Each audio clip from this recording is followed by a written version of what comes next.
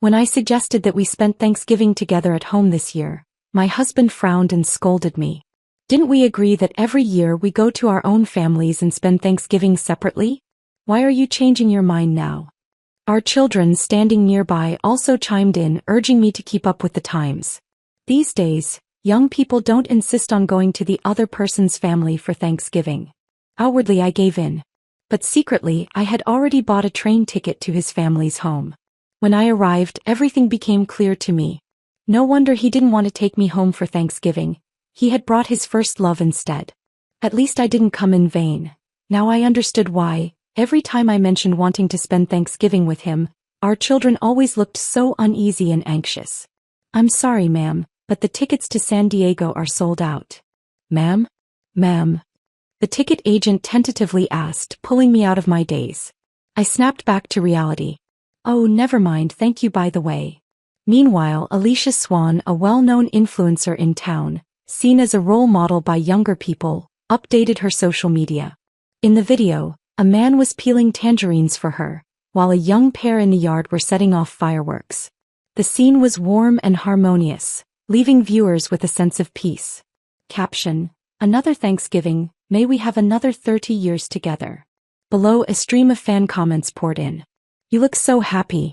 I hope my mom gets this script in the next life. Look at Alicia's hands, she doesn't look like a 60-year-old at all. Please share your skincare secrets.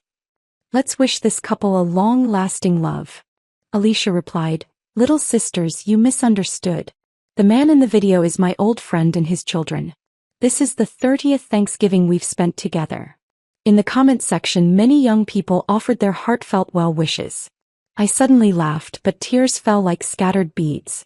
The man in the video was my husband of 30 years, and the children in the background were the ones I carried for 10 months and gave birth to. I almost wanted to call Duff immediately and demand why he had lied to me. My husband, Duff Goldman, had spent the last 30 Thanksgivings not visiting his long-lost relatives as he had claimed, but using it as an excuse to spend time with his first love. 30 years. 30 whole years.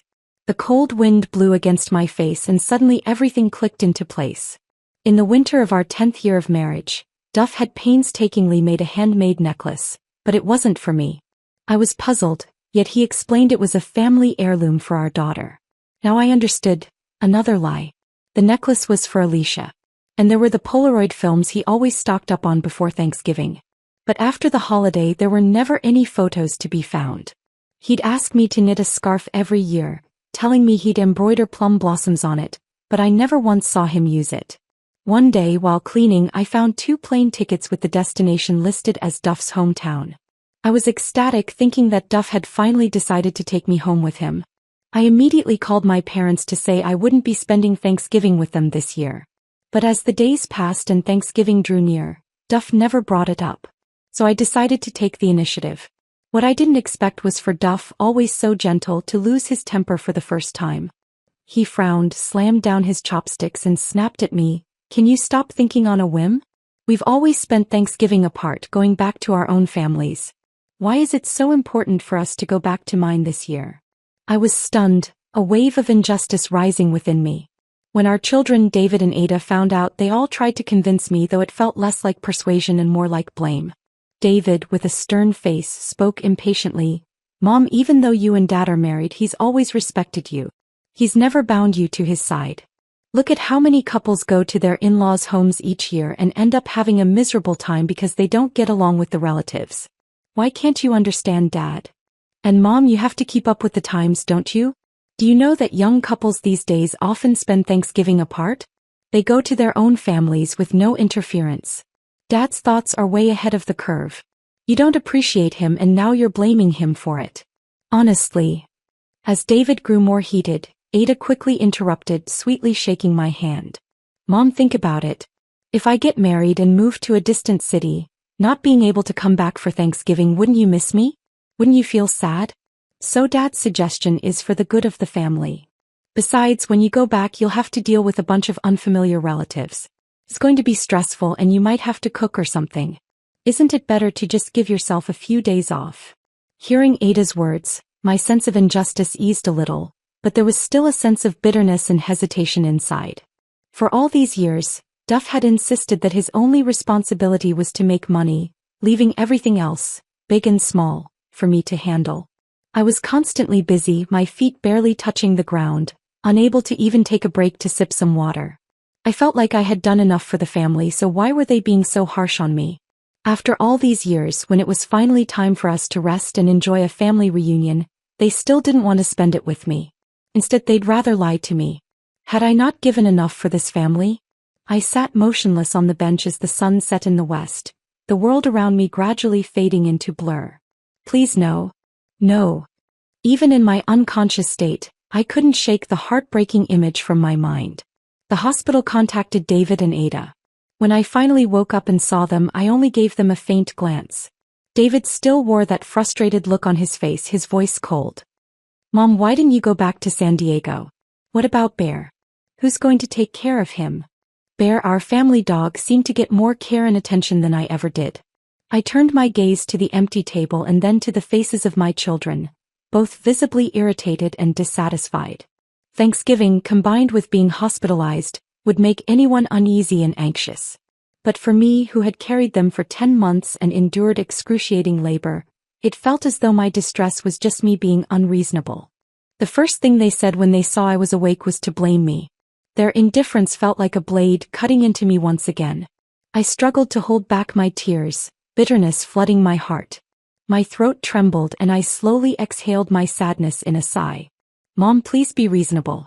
Your brother and I rushed over when we heard you were in the hospital, only to find out it wasn't even a big deal. You. I pressed my hand into the mattress beneath the blanket.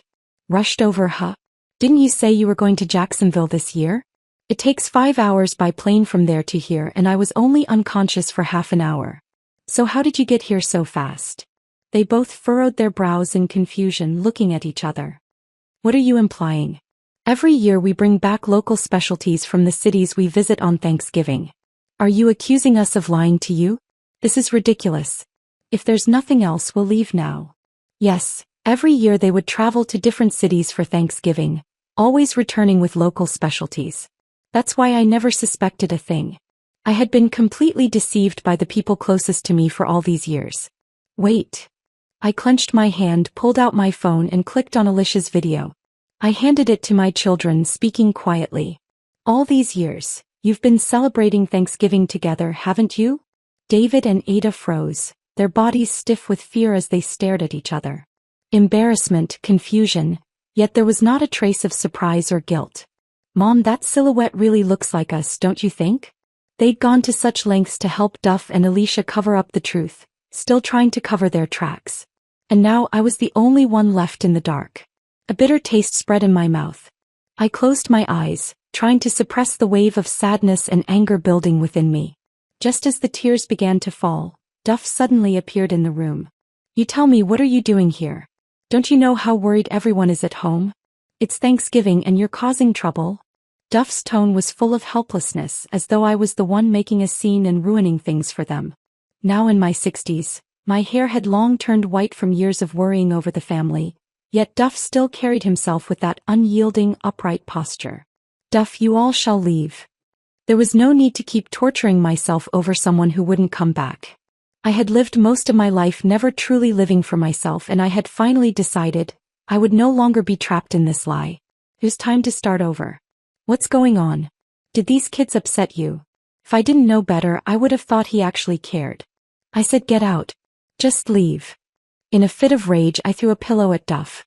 His eyes widened in surprise, but he coldly responded, Esther, you're breaking the promise we made. That's disrespectful. And now you're saying these things just to make me angry? You've ruined a perfectly good Thanksgiving. We all had our own plans and you've destroyed them. Are you trying to make this our last Thanksgiving as a family?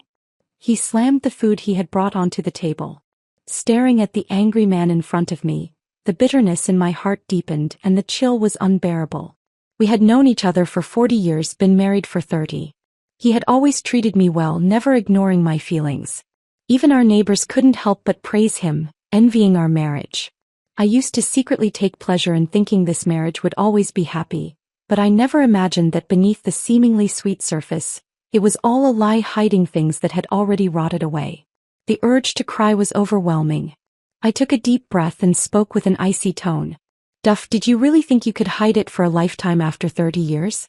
30 years and you're not tired? Rather than sneaking around, I'll set you free. You won't have to keep up the lie to me, your so-called wife and mother. Duff paused, turning to look at our son and daughter. Their faces were frozen in shock. Even if they were slow, it didn't take a genius to figure it out. He opened his mouth, moved his lips, but no words came out. His face betrayed his panic. The atmosphere was awkward and tense. I stood up, deciding to leave, out of sight, out of mind. David, frustrated, blocked my way. His tone was impatient. Mom, is this really necessary? Dad and Aunt Alicia are both so old. If they truly cared, would we even be here? Don't be so sensitive. Besides, you're so old now. If you get divorced, who's going to take care of you?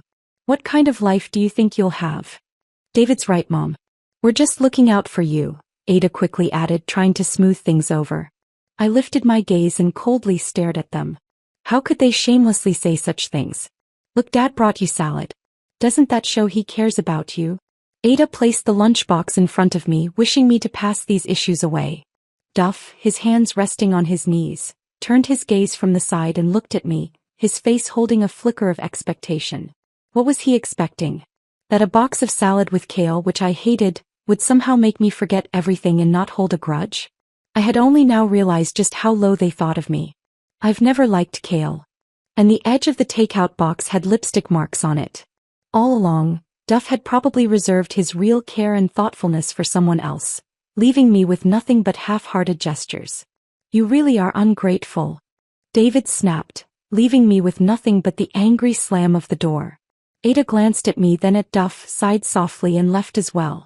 After a long, heavy pause, Duff sighed and pinched his brow. Esther, I can explain, things aren't the way you think. I haven't been unfaithful. I said nothing, letting him continue on his own. Back then, Alicia's parents did so much for me, and I swore I'd take care of her for them. When she grew up, I even proposed marriage so I could remain by her side as her husband. But she said she didn't want to be trapped in a marriage. So all I had to do was spend every Thanksgiving with her to keep my promise. Her parents died early and she was so alone and vulnerable. If I didn't accompany her on Thanksgiving, I feared she might do something drastic. Esther, try to understand my predicament. He added, I merely sit with her, have a meal,